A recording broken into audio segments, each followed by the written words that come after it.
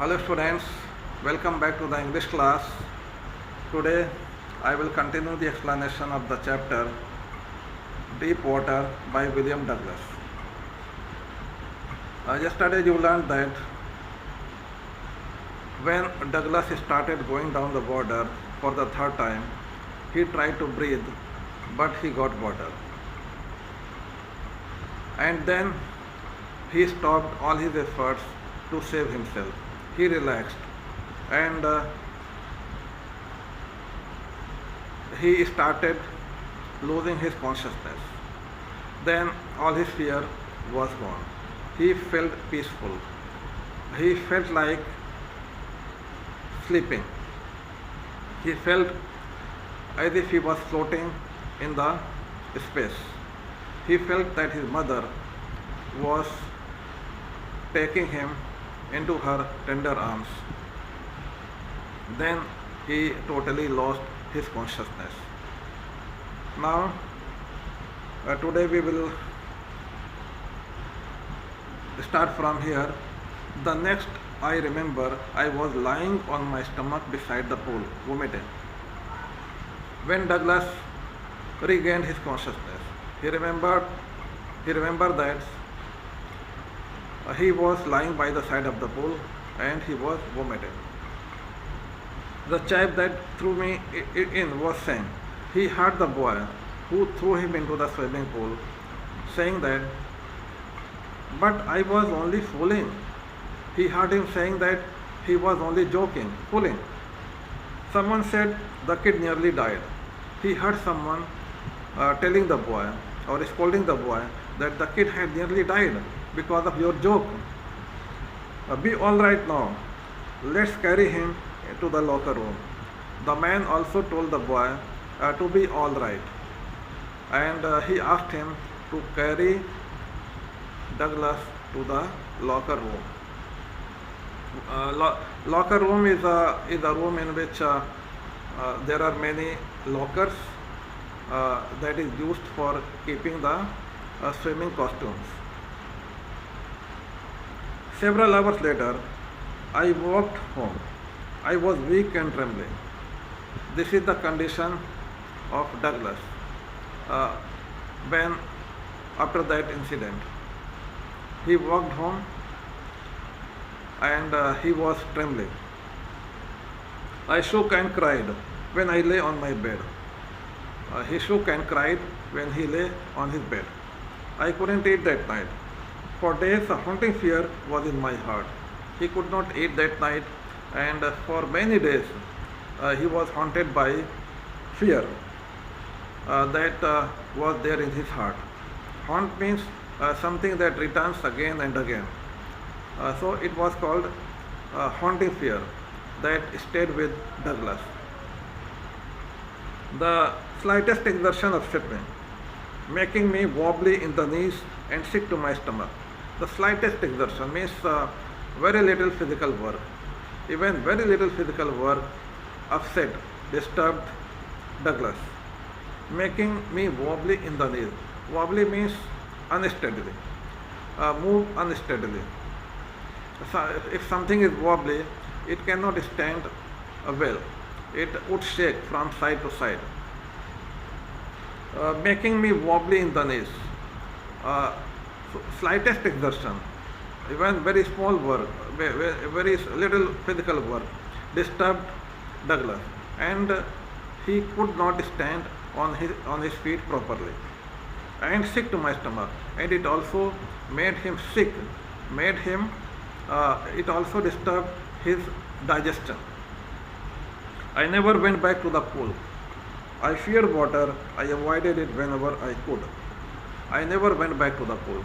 The effect of that drowning experience was that after that drowning experience, he never went back to that pool, and he feared water and he avoided it wherever he could. A few years later, when I came to know the waters of the Cascades, a few years after that incident, when Douglas learnt about the waters of the Cascades. Cascades means waterfalls. The waters of the cascades means the river or lake from which the cascades flow. So when Douglas learnt about the waters of the cascades, I wanted to get into them. He was tempted to get into the waters of the cascades, and whenever I did, and whenever he was in the waters of the cascades, whether I was wading the Titan or bumping river or bathing in warm lake in the goat rocks, whenever he was in water, whether he was wading means walking through water, whenever he was wading, whether he was wading the Titan or bumping river or bathing in warm lake of the goat rocks. Students, you do not have to remember the names of the lakes. Just remember that whenever he was in water, whether he was wading in water in the river, in the lake, or whether he was bathing in the lake, the terror that had seized me in the pool would come back. Whenever he was in water, whether he was wading or bathing in the lake, that the terror that had grabbed him in the swimming pool would come back. It would take possession of me completely. It would take control of Douglas completely. My legs would become paralyzed. Paralyzed means motionless. He could not move his legs. Icy horror would grab my heart.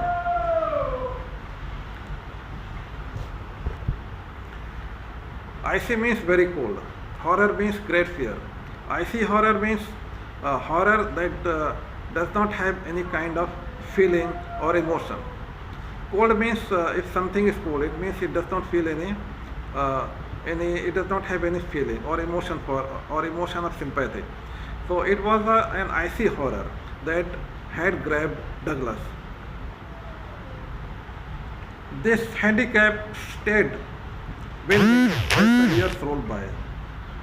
This difficulty. What difficulty? He was not able to go into water.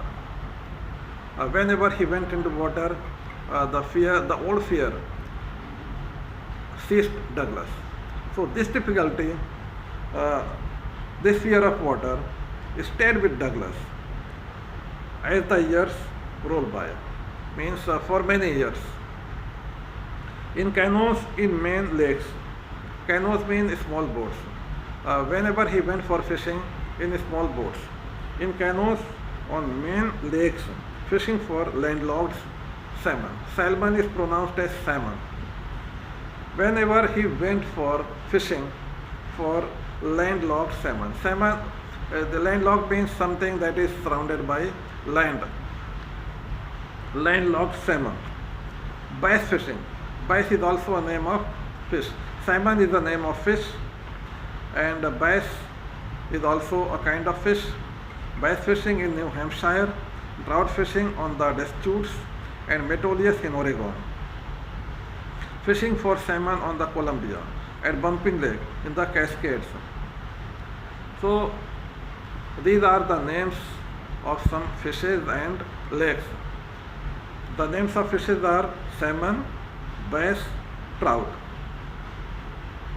And but you do not have to remember all the names of the fishes and the lakes.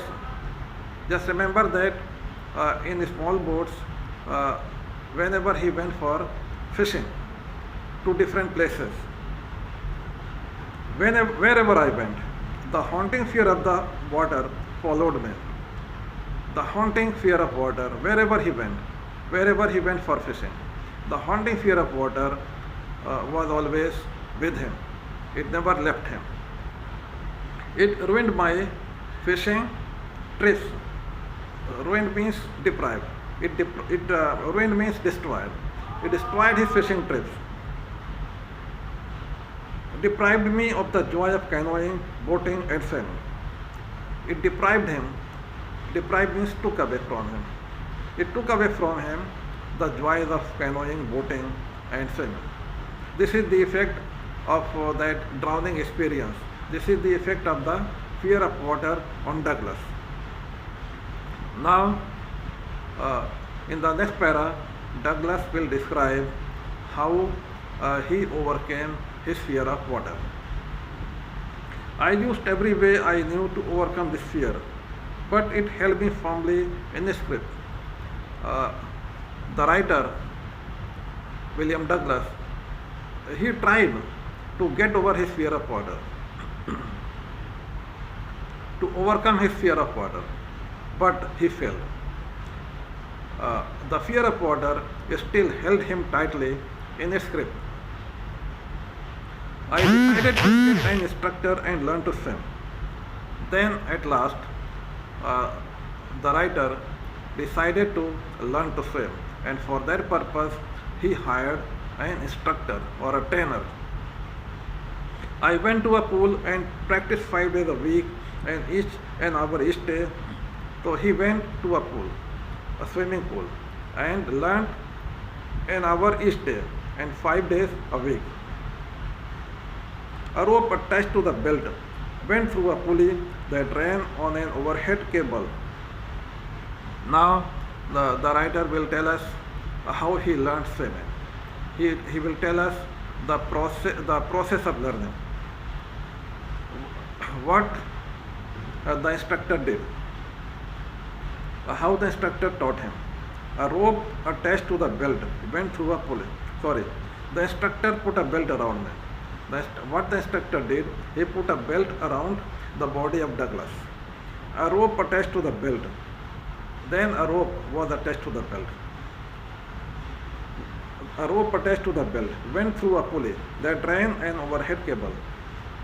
A rope was attached to the belt and then it went through a pulley, and the pulley ran on an overhead cable. There was a cable and the pulley ran on that, and the rope went through the pulley.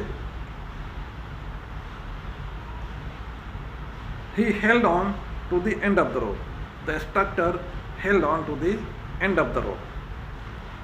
And we went back and forth across the pool, hour after hour, day after day, week after week. The instructor held on to the other end of the rope, and in that way he went back and forth through the across the length of the pool for many weeks. On each trip across the pool, a bit of the panic seized me. On each trip across the pool, when he went from this end of the pool to the other end, on each trip, the terror seized him. The terror grabbed him. Each time the instructor relaxed his hold on the rope and I went under, some of the old terror returned and my legs froze. Each time the instructor relaxed his hold on the rope. Each time the instructor loosened his grip on the rope and Douglas went underwater. The same old fear, the sum of the old terror returned and my legs froze. Some of the old fear returned, grabbed Douglas, and his legs became paralyzed, froze. It was 3 months before the tension began to slack. So he practiced this for 3 months. Then the tension began to reduce. Slack means reduce. The tension started to reduce. Then he taught me to put my face under water. So in the next phase of the training, the instructor taught him to put his face under water and exhale. Exhale means to breathe out.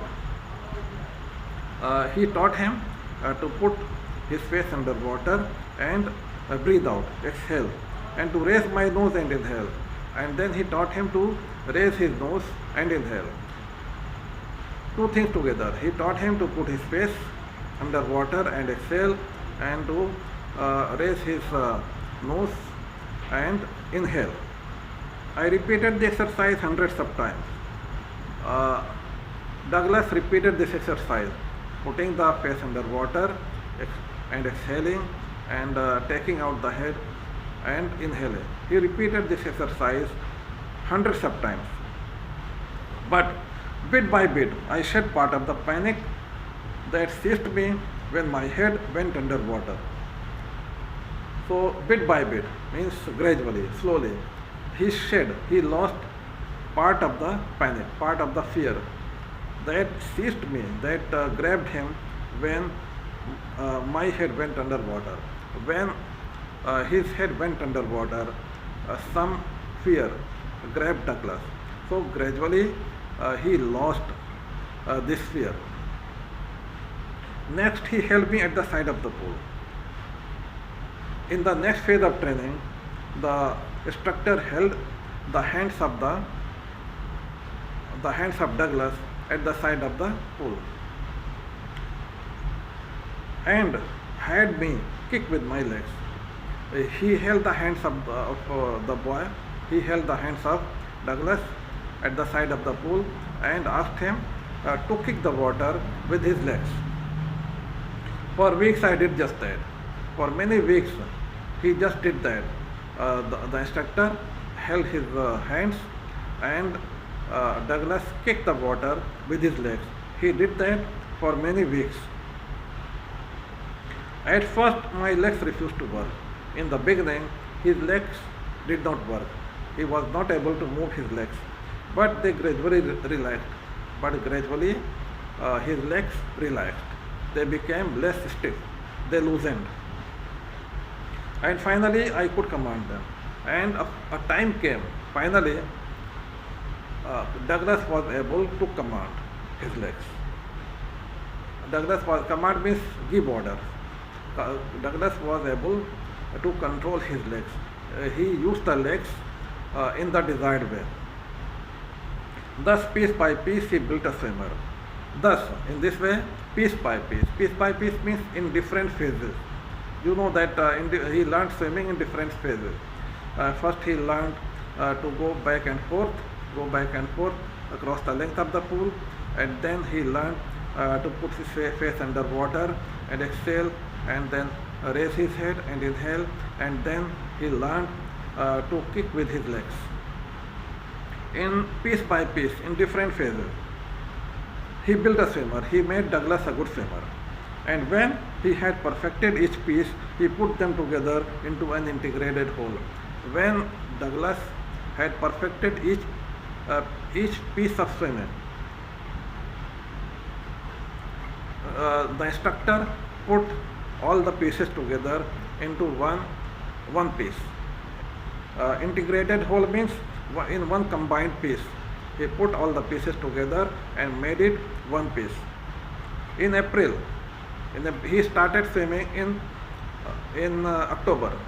In April means after 6 months. He said, "Now you can swim." The instructor told Douglas that he could swim now. Dive off and swim the length of the pool, crawl stroke. He told Douglas that now his training was finished. He could swim now. He could dive off. Dive off means jump into the water. Jump from a height into the water. Now you can swim. He told him that he was now able to swim. He could dive off and swim the length of the pool, crawl stroke. Crawl stroke is a particular type of swimming. Is a particular style of swimming. He told him that he now can swim. He could dive off and swim the length of the pool, and he can also swim in that particular style of swimming called crawl stroke. I did. The instructor was finished. Douglas did what the instructor had told him. He dived off and swam the length of the pool, and he swam in that particular style also. The instructor was finished. It means the job of the instructor was over. His training had finished. So my dear students, we will do one short answer type question from this part of the portion, from this part of the story. How did Douglas's experience at the YMCA affect him? How did Douglas's experience at the YMCA affect him? So in this portion that I explained today, you learned that the Douglas's experience at YMCA left a haunting fear of water in him. Douglas's experience at the swimming pool left a haunting fear of water in him. It stayed with him for several years, and the